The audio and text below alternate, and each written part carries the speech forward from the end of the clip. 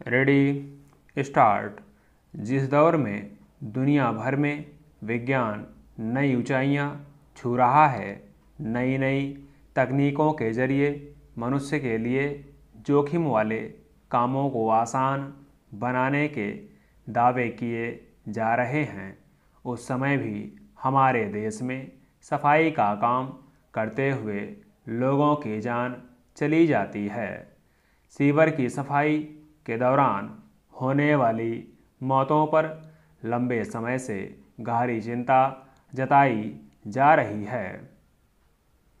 इस पर पाबंदी भी लगाई जा चुकी है, फिर भी अक्सर सफाई कर्मियों के मरने की खबरें आती रहती हैं। इसका अफसोसनाक पहलू यह भी है कि इस तरह होने वाली मौतों पर सरकार और संबंधित महकमों का रवैया पर्याप्त संवेदनशील नहीं होता है। अब सर्वोच्च न्यायालय ने सीवर सफाई के दौरान होने वाली मौतों को लेकर एक अहम आदेश जारी किया है। अदालत ने कहा है कि अब सीवर सफाई के दौरान जान गंवाने वाले व्यक्ति के परिवार को 30 लाख रुपए का मुआवजा दिया जाना चाहिए। इसके अलावा अगर यह काम करते हुए कोई कामगार अस्थायी दिव्यांगता का शिकार हो जाता है तो उसे कम से कम 20 लाख रुपए का भुगतान करना होगा। यह छिपा नहीं है कि इस तरह की सफाई के लिए जिन लोगों को सीवर में उतारा जाता है वे समाज के सबसे हाशिए के वर्गों से आते हैं और पहले ही वहां उन्हें बहुस्तरीय उपेक्षा का सामना करना पड़ता है। फिर जो लोग उनसे यह काम कराते हैं उन्हें उनकी सुरक्षा के बारे में फिक्र करने की ज़रूरत नहीं महसूस होती।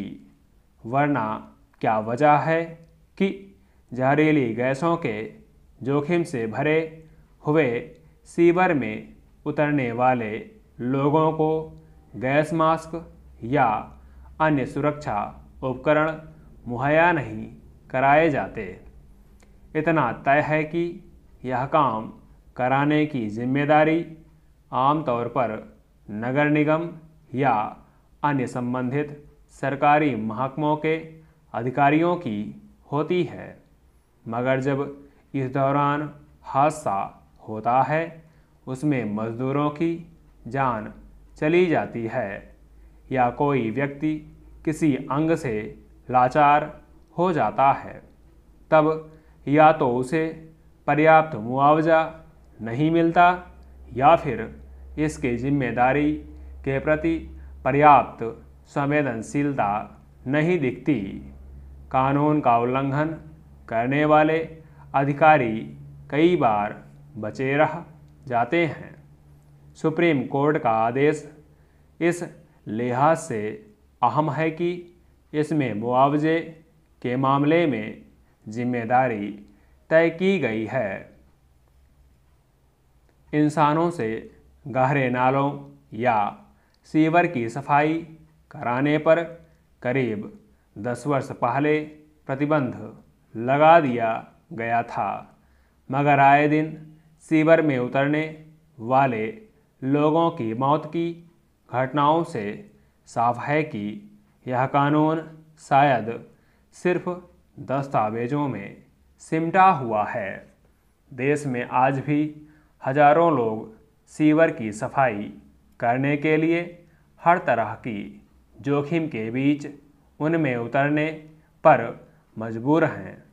इस मसले पर पूछे गए सवाल के जवाब में केंद्र सरकार ने लोकसभा में बताया था कि पिछले 5 सालों में सीवर और सेप्टिक टैंकों की सफाई के दौरान पूरे देश में 339 लोगों की मौत के मामले दर्ज किए गए।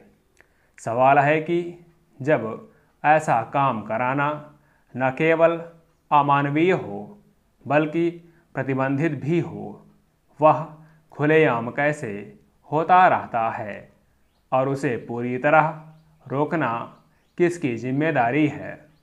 जिस दौर में बहुत सारे इंसानी काम मशीनों और रोबोट से कराए जाने को विज्ञान और तकनीक की उपलब्धि बताया जाता है, उस दौर में सबसे जोखिम और गरिमा रहित काम में आम इंसानों को क्यों झोंका जाता और उन्हें उपेक्षित क्यों माना जाता है।